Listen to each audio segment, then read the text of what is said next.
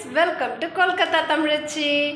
இன்றைக்கி ஒரு Sunday vlog தான் பார்க்க போகிறோம். எனக்கு தெரிஞ்சு சத்தீஸ்கரில் இதுதான் லாஸ்ட்டு சண்டே விளாகாக இருக்கும் அப்படின்ட்டு நினைக்கிறேன். இதுக்கப்புறம் இன்னும் ஒரு 20 டேஸில் வீடெல்லாம் காலி பண்ண போகிறோம். ஸோ இன்றைக்கி பாப்பாவுக்கு ஹேர் கட் பண்ணலாம் அப்படின்ட்டு முடிவு பண்ணியிருக்கோம். சம்மராக இருக்குது, முடி வேறு கொஞ்சம் பெருசாக இருக்குது. கேர்லி திங் என்னென்னா, பெருசாக முடி இருக்கிறவங்க கொஞ்சம் ஷார்ட்டாக இருந்தால் நல்லாயிருக்கும், ஷார்ட்டாக முடி இருக்கிற பொண்ணுங்க கொஞ்சம் லென்த்தாக இருந்தால் நல்லாயிருக்கும்னு தோன்றது எல்லாருக்கும் சகஜம்தான். ஸோ எங்கள் வீட்டில் கொஞ்சம் முடி லென்த்தாகவே இருக்குன்னு அவள் ஃபீல் பண்ணுறா. சரி, கொஞ்சம் அவளுக்கு பிடிச்ச மாதிரி ஹேர் கட் பண்ணி விடலாம் அப்படின்ட்டு தான் முடிவு பண்ணியிருக்கோம். இங்கே இருக்கிற ஒரு சின்ன சலூனில் போய்ட்டு ஹேர் கட் பண்ண போகிறோம். அப்புறம் கொஞ்சம் வெஜிடபிளும் ஃப்ரூட்ஸும் வாங்க போகிறோம். அதுதான் இன்றைக்கி விலாகில் இருக்க போகுது. இங்கே என்ன ரேட்டு ஹேர் கட் பண்ணுறதுக்கு அப்படின்ட்டு தெரிஞ்சுக்கலாம். வாங்க வீடியோக்குள்ளே போகலாம். இப்போ நம்ம சலூனுக்கு வந்துட்டோம். இங்கே சுத்தோட்டாரத்தில் பெருசாக நான் எதுவும் பார்லர்லாம் பார்த்தது கிடையாது. இங்கேருந்து பிலாஸ்பூர் சிட்டிக்கு போனோன்னா அங்கே பார்லர் எல்லாமே இருக்குது. சரி, இருந்தாலும் இங்கே இருக்கிற எல்லாரும் குட்டி பசங்களுக்கு இங்கே தான் முடி வெட்டுறாங்களாம். ஒரு சின்ன ஷீட் போட்ட ரூம் தான். அதில் ஒரு 4-5 பேரை உட்கார வச்சு ஹேர் கட் பண்ணுறாங்க. இப்போ பாப்பாவுமே உட்கார வச்சு ஹேர் கட் பண்ண போகிறாங்க. இங்கே இருக்கிற சேர்ஸ் எல்லாமே பெரியவங்களுக்கு யூஸ் பண்ணுற மாதிரி தான் இருக்குது. அதனால ஒரு பலகை ஒன்று போட்டுட்டு அது மேலே பாப்பாவை உட்கார வச்சுருந்தாங்க. எனக்கு கொஞ்சம் சிரிப்பாக தான் இருந்துச்சு, என்ன பண்ணுறது. ஆனால் இங்கே இருக்கிற எல்லாருமே, அதாவது எங்கள் பாப்பாவோட ஃப்ரெண்டை பார்த்துட்டு தான் நாங்கள் இங்கே ஹேர் கட் பண்ண வந்தோம். அவள் தான் சொல்லியிருந்தா இங்கே தான் ஹேர் கட் பண்ணோம் அப்படின்னு சொல்லியிருந்தா. ஸோ அதனால தான் இதே இடத்துக்கு வந்திருக்கோம். அதே மாதிரி ஹேர் கட் வேணும் அப்படின்னு சொல்லி கேட்டிருந்தோம். சின்ன குழந்தை தானே, அவங்களே வெட்டிடுவாங்க அப்படின்னு நினச்சேன். பட் என்கிட்ட கேட்டு எவ்வளோ லென்த்து கட் பண்ணணும் அது எல்லாமே கரெக்டாக கேட்டு அதுக்கப்புறம் தான் கட் பண்ண ஆரம்பித்தாங்க.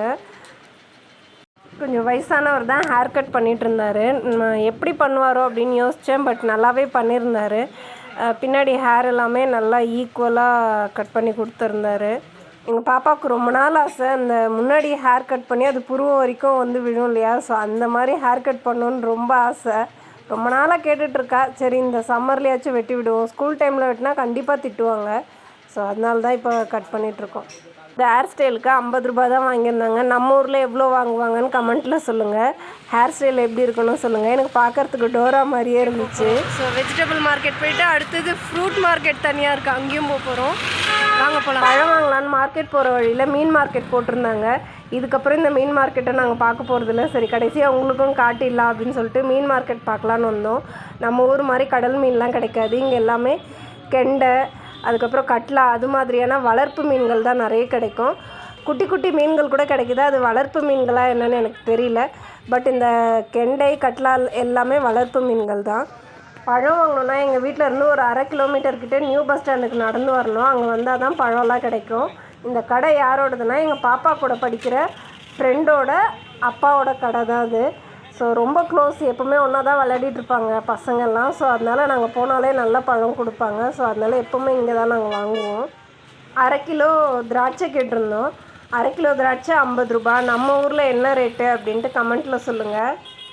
1 டசன் வாழைப்பழம் கேட்டிருந்தேன். 1 டசன் வாழைப்பழம் 50 ரூபா. நம்ம ஊரில் என்ன ரேட்டுன்னு சொல்லுங்கள், எல்லோரும் தெரிஞ்சுக்குவாங்க. அடுத்ததாக காய்கறி வாங்கலாம் அப்படின்ட்டு காய்கறி மார்க்கெட் வந்திருக்கோம். இந்த மார்க்கெட்டை தோக்ஃபல் சப்ஜி மார்க்கெட் அப்படின்ட்டு சொல்லுவாங்க. முருங்கைக்காய் வாங்கலாம் அப்படின்ட்டு முருங்கைக்காய் பார்த்துட்டு இருந்தேன். முருங்கைக்காய் 100 கிராம் 15 ரூபா சொல்லியிருந்தாங்க. சத்தீஸ்கரில் குட்டி குட்டி கத்திரிக்காய்னா அது ஒயிட் கலரில் தான் கிடைக்கும். பர்பிள் கலரில் இருக்க கத்திரிக்காய்லாம் சைஸில் கொஞ்சம் பெருசாக இருக்கும். ஸோ 1/4 கிலோ 10 ரூபா அப்படின்ட்டு வாங்கியிருந்தேன். நம்ம ஊர்லலாம் பெரிய பெரிய சுரக்காய் தானே வரும். இங்கேயும் கூட பெரிய பெரிய சுரக்காயெலாம் வரும். பட் ஆனால் பிஞ்சு சுரக்காயும் வரும். எனக்கு அதுதான் ரொம்ப பிடிக்கும். அவ்வளோ பெருசு வாங்கினாலும் எங்கள் வீட்டில் அவ்வளோ சீக்கிரம் எல்லாமே காலியாகாது. அதனால் கொஞ்சம் மீடியம் சைஸில் வாங்கினேன். 1 10 ரூபா. அடுத்ததாக 10 ரூபாய்க்கு கொத்தமல்லி வாங்கியிருந்தேன். கோவக்காய் எங்களோட சின்ன பாப்பாவுக்கு ரொம்ப பிடிக்கும். ஸோ அதனால் 1/4 கிலோ கோவக்காய் வாங்கியிருந்தேன். 1/4 கிலோ கோவக்காய் 10 ரூபா. சத்தீஸ்கரில் நம்ம ஊரில் கிடைக்கிற மாதிரியான வறுவலுக்கு கிடைக்கிற வாழைக்காயெல்லாம் கிடைக்காது. வாழைப்பழத்தோட காயை தான் இங்கே வறுவல் பண்ணுவாங்க. ஸோ 3 காய் எடுத்திருந்தேன். 1/4 கிலோ போல் வந்தது. இதோட ரேட்டு 20 ரூபா. எப்போவுமே இந்த சந்தைக்கு நான் வரும்போது வெங்காயமும் வாங்கி வச்சுக்குவேன். வெங்காயம் விலை கொஞ்சம் கம்மியாக இருக்கும். மற்ற கடைகளில் வாங்கும்போது ஒரு 5 ரூபா அதிகமாக இருக்கும்.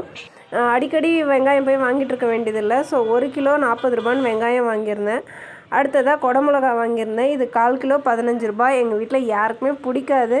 இருந்தாலும் பருப்பு கூட கூட்டு மாதிரிலாம் பண்ணி கொடுத்துருவேன். அடுத்ததாக இங்கே பலாக்காய் வச்சுருந்தாங்க. சின்ன சின்ன பீஸாக கட் பண்ணி. பலாக்காய் கட் பண்ணால் கருப்பாக மாறிடும்னு சொல்லுவாங்க. இவங்க எப்படி இவ்வளோ கலராக வச்சுருக்காங்கன்னு தெரில.